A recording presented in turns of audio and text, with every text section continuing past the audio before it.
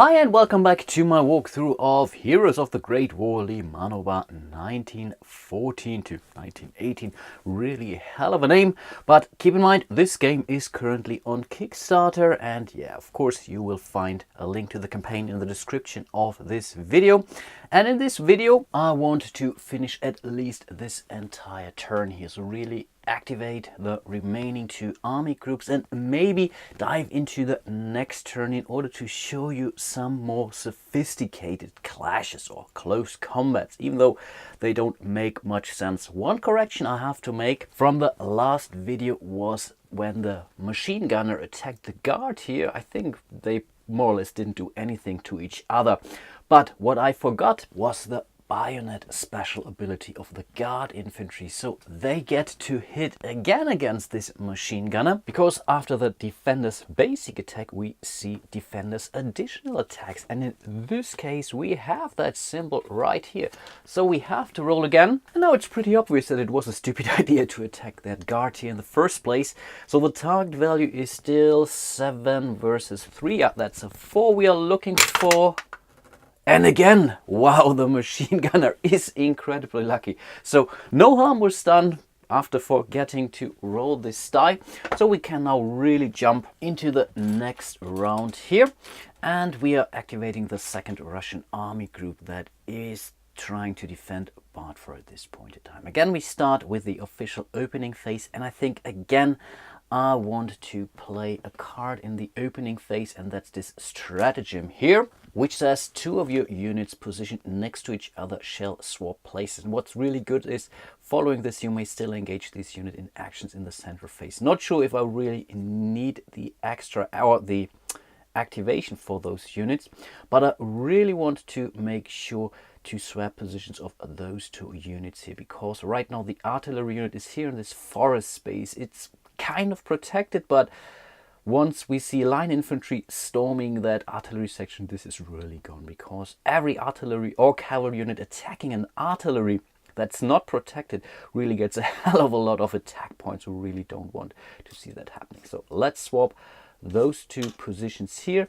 So first of all, this is now on a mountain space, so it gets a +1 when doing an artillery attack, which is a good thing. And yeah, this observer is quite okay as it is. This was the opening phase. We would still ask the defender if he wants to play a card, and I think he's fine at this point in time, so we can jump right into the central phase and start our planning. I really want to show you how the train transport moves, so I want to move that line cavalry. You have to start on a, let's say, on a train station space, which Golice apparently is.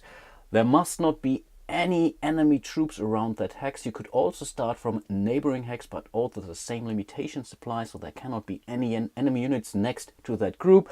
The same is true for the train line here. There also mustn't be any enemy troops either on that space or adjacent to it, and the same would be true for your target location. So in fact you have to be clear of enemies along the path. So I will choose this unit here. I have to spend, where are they? There they are, one of our train tokens. They're really removed from the game entirely, and the target space can be up to 10 spaces away, but of course it must also be a train station, so I cannot just drop them off here, for example. So let's see, I think I want to move them somewhere like this. Here's the train station, this is a neighboring space, this is allowed. So 1 2 3 4 5 6 7 8, which is perfect. So let's place the unit here.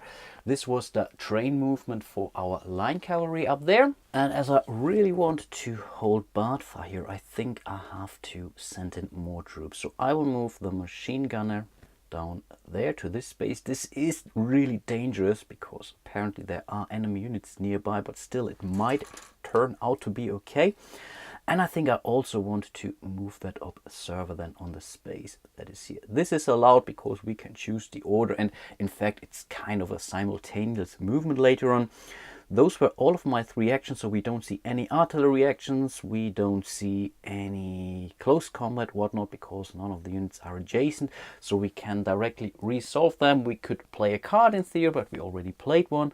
over to the defending player. He's not playing a card either. And then we have to resolve our actions. We always start with a normal move action. So we will move that machine gunner down here to the second space.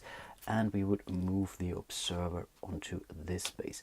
This is pretty cool because those settlements give them a defense bonus of +2. So overall the machine gunner is doing pretty fine, I guess.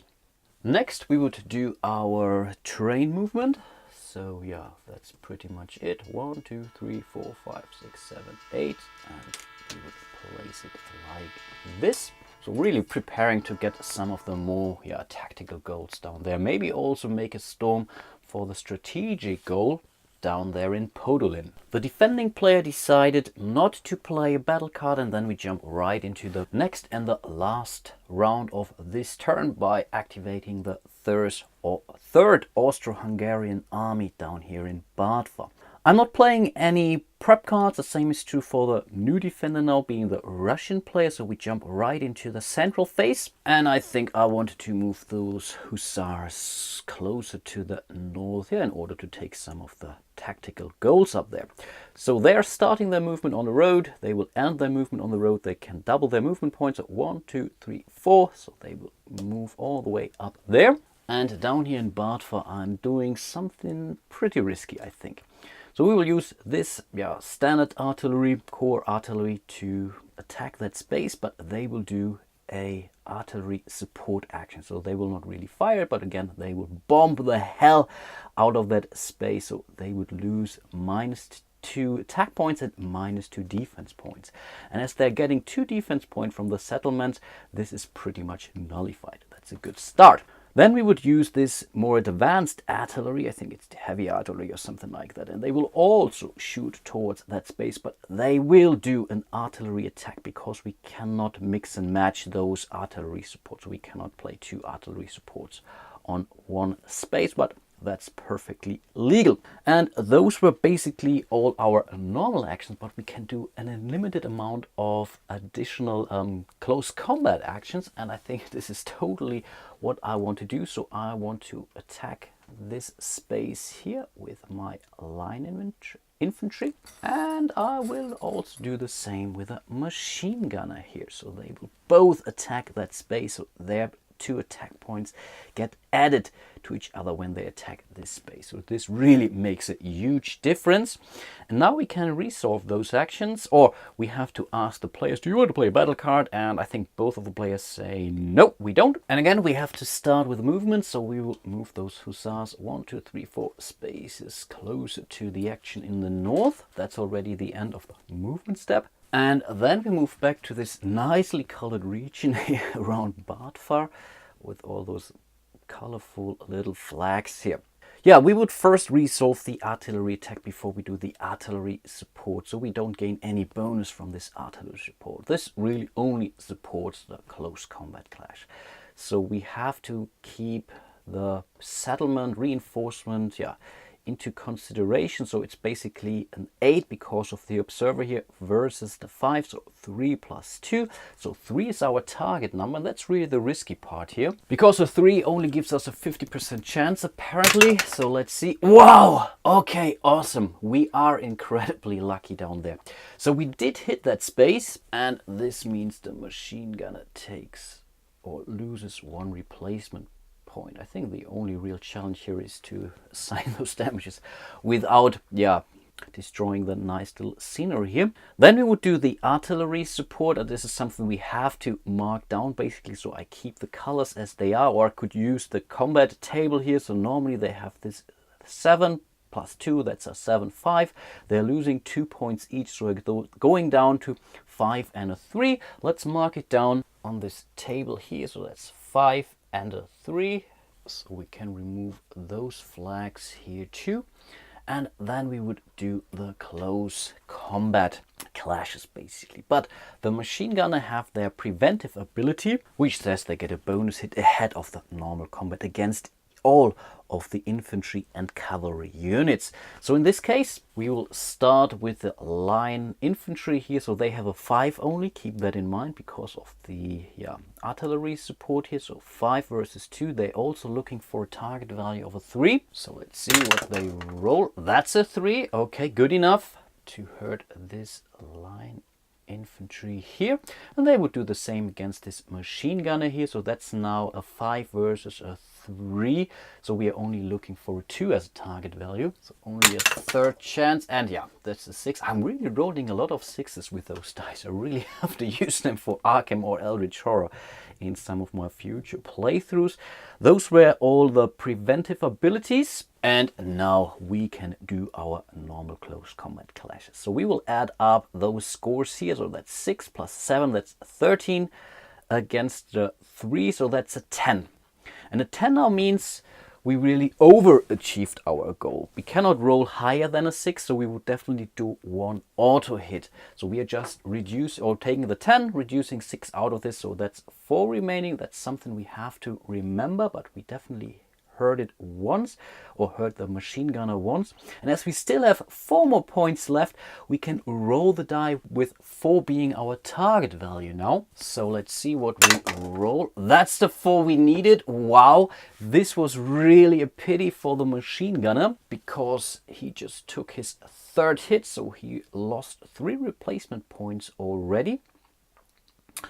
And then we are not done yet. We can still do our additional attacks, and this is coming from the line infantry here. So they can use their bayonet combat to attack again, but this time it's not allowed for them to, let's say, add up the attack points of other units. It's really solely for those guys. So it's now basically the 6 attack points versus the 3 defense point of the machine gunner here. So again, we are looking for a 3 as a target value, so there's a good chance we would destroy this machine gunner. Wow, that's the 2. That's definitely enough to take out this machine gunner here. Wow, what a mighty blow. So we will remove that unit entirely. So we will remove all of those flags here. And as we just remove the unit from the battlefield, we are allowed to draw 1 battle card for that as a bonus. This is really important. This is one of the main ways to gain those battle cards back. Then we would go over to the defender's basic attack. We don't have any because the defender has just been destroyed or completely wiped out. We also don't see any additional attacks. And then we would jump into phase number 9. The attacker may occupy the field of the eliminated defender unit. And we get to choose which unit moves into here. Of course, that unit had to be part of that original clash, apparently. And I think I want to move my machine gunner into Bardfar here. Unfortunately, I'm not occupying the unit yet because there is still an enemy unit next to it. But I really hope I will be able to do so, because when I get this location, I also get this token here, and this gives me 2 additional battle cards, which is huge. Now we come to the closing phase. I think the attacker doesn't want to play a card. Same again would be true for the defender in this case. And yeah, this pretty much is the end of an entire turn. We would check for any end game triggers, in this case, for example, strategic locations, tactical locations, but I think there hasn't changed much. We have still 3 strategic goals under occupation of the Russian player, one right now from the Austro-Hungarian player, because keep in mind we moved out of Podolin here, but of course I'm planning to move that machine gunner back anytime soon. I think let's do another quick turn, or maybe half of it or so, just to show you some more action here. We would jump into the opening phase. Neither of the players will play a card, that much is clear, already checked that. And then we could jump right into the central phase. And I think, again, I want to hit that machine gunner here. So we will do an artillery attack from this heavy artillery here. This was our first action. With the second action, I'm planning to move that artillery here back onto that mountain space to give it some more protection, and it will also hit better. And I think I want to move that line infantry up to 2 spaces here, also bringing it closer to the action up there. Or should I? No, wait a second. No, I think I want to move this line infantry closer to the action here. Those were already all of my 3 actions. Again, we would ask all the players, do you want to play a card? Ha! But one thing I nearly forgot, of course, I still want to attack that machine gunner there. Absolutely. So yeah, this is what I also want to do. I want to attack with my guard. Again, it's not really wise, but at least they have the bayonet attack, so they will be able to attack twice, and with the artillery attack there is a chance that we may get rid of that machine gunner up there. And now it's over to the cards. The attacker says, no, I don't want to play a card. The same is true for the defender, so we can directly do our actions. Again, we will start with a movement action, so we'll move the artillery back, we will move the infantry closer to Limanowa. These were all of our normal movements. Then we would do the artillery attack, so this heavy artillery will shoot towards this machine gunner here. Again, it's in range of that observer, so we get an 8, but of course again we have a 4 here, so again target value is a 4. So let's see what we roll. That's the 4. Okay, finally we are getting lucky. So we did inflict a damage, so they are losing 1 additional replacement point, so they're also going down to orange. I will leave this flag here for now because I have a plan. And yeah, then it's basically the normal close combat, the guard versus the machine gunner. Again, the machine gunner goes first because of their preventive ability. So it's basically 7 versus 3. They're also looking for a target value of... No, it's actually... Oh, wow, I think I missed that. They're on the mountain space, so they get also +1 attack. So it's 8 versus the 3 here. Yeah, absolutely. Because the mountain space clearly gives us a +1 and a +1. Wow, I may have missed that early on. I really hope I didn't screw this up. But yeah, cannot help it. So again, it's the 8 versus 3. So 5 is our target value now, which should be possible. Oh, wow. I really have to keep those dice here. This was really bad luck for the Austro-Hungarian army. Okay, cannot help it. And now we jump into the action here. So, but still they have their 4, so it's 7 versus 4. Though they are looking for a target value of a 3, and yeah, I think I keep on rolling 6s. There's not a single chance for this card to inflict any damage there. But I am using a different die now. So it's 1, 2, 3. And yeah, I think that did the trick. So they take another hit here. So they're nearly down. And now we see the bayonet combat ability of the guards triggering. So they will do the same thing again. Again, we are looking for 1, 2, 3. And I am using the same die. Again, 1, 2, 3 it is. Wow, it's doing the same. Maybe it's the dice tower that curses my dice. I don't know. Okay, this was a miss. And now the MG or the machine gunner is, yeah, of course, doing its defender's basic attack. And again, it's the 8 versus 3, so again a 5 it is. So going back to the red die here, yeah, this time it's good enough. So the guard also loses 1 replacement point. Okay, this was the central phase. Now we come to the closing phase, and now I think the Russian player does want to play a card, and this says repeat fire. An own artillery unit which carried out an artillery attack during the central phase, which we did, may launch another artillery attack within range against an enemy target. To the fire attack I allocate +2 attack points, and this is really a difference now, because now we have the 7 + 1, that's 8, +2, that's 10 versus 4, and guess what?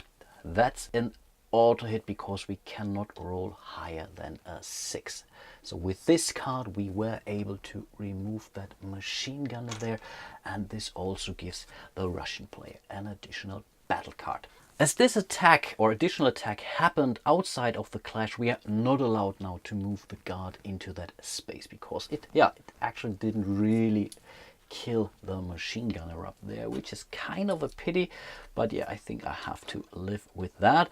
That's basically the end of the turn. We could still decide to play a card as the defender, but right now things have changed, so I will not do that. So we jump right into the turn of the 4th Austro-Hungarian army player, or we are simulating a two-player game right now, so it's basically blue versus green in this case.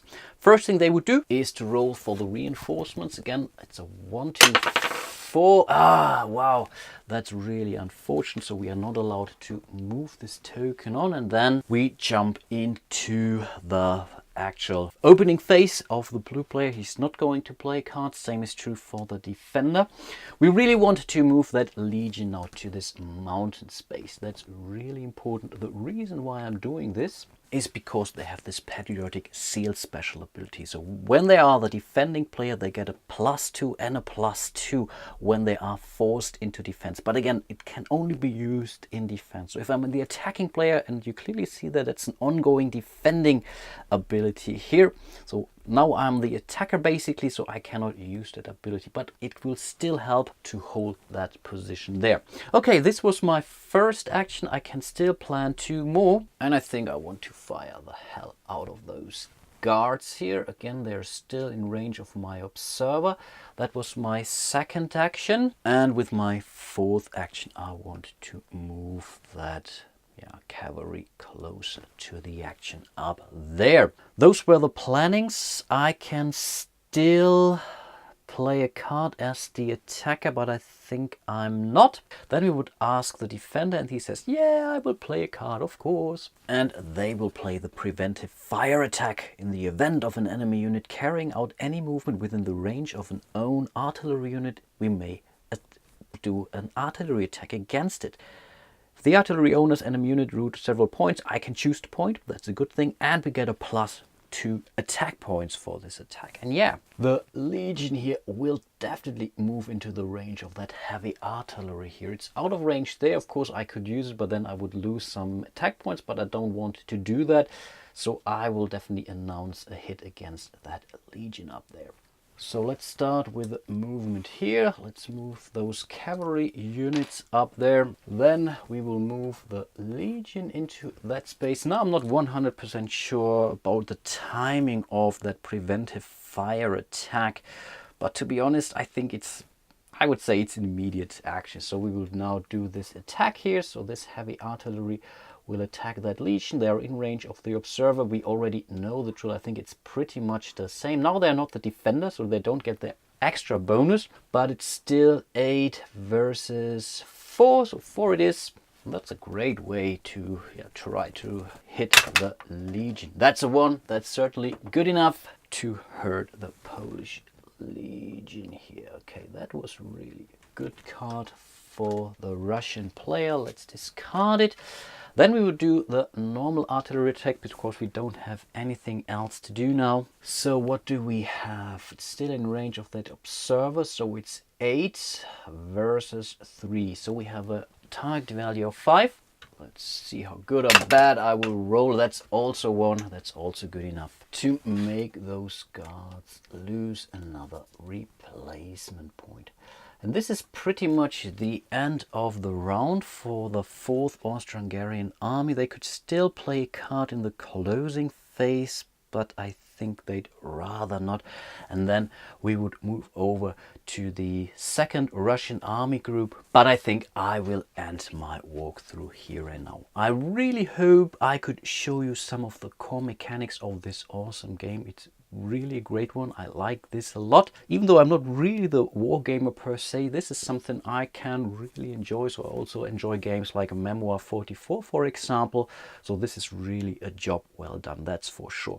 I haven't shown you some of the more advanced mechanics, such as the weather chart here. So at the beginning of each turn you would roll the die, and then you would assign the weather token accordingly. So in most cases this would affect the observer, for example, or the vision of an observer. I also haven't showed you the general. So you, in the advanced game, you can also play with the general. So that's 2 each basically. They come with awesome special abilities as well. And on top of this, there are also those artillery tokens in the advanced game, which you can use to use those artillery units more efficiently as the attacker or as the defender. Right now it's pretty static. You have to spend an action to do so, and then whatever, depending if it's your turn or not, you do some damage. But with those tokens you can also use them as the defending player in order to support your troops and whatnot. So this is really something that adds a lot of more strategic depth to, let's say, already very, very strategic game. I really hope you enjoyed my little walkthrough of Heroes of the Great War Limanowa, and I hope I haven't made too many mistakes, and yeah, I think there's no way of making them back. It's not a playthrough, though there won't be another episode where I can take those back, but still, I hope the, let's say, rules of the game became more or less clear to you. Go check it out on Kickstarter, it's really a great game, and yeah, hope to see you soon in one of my other videos, and until then, bye bye.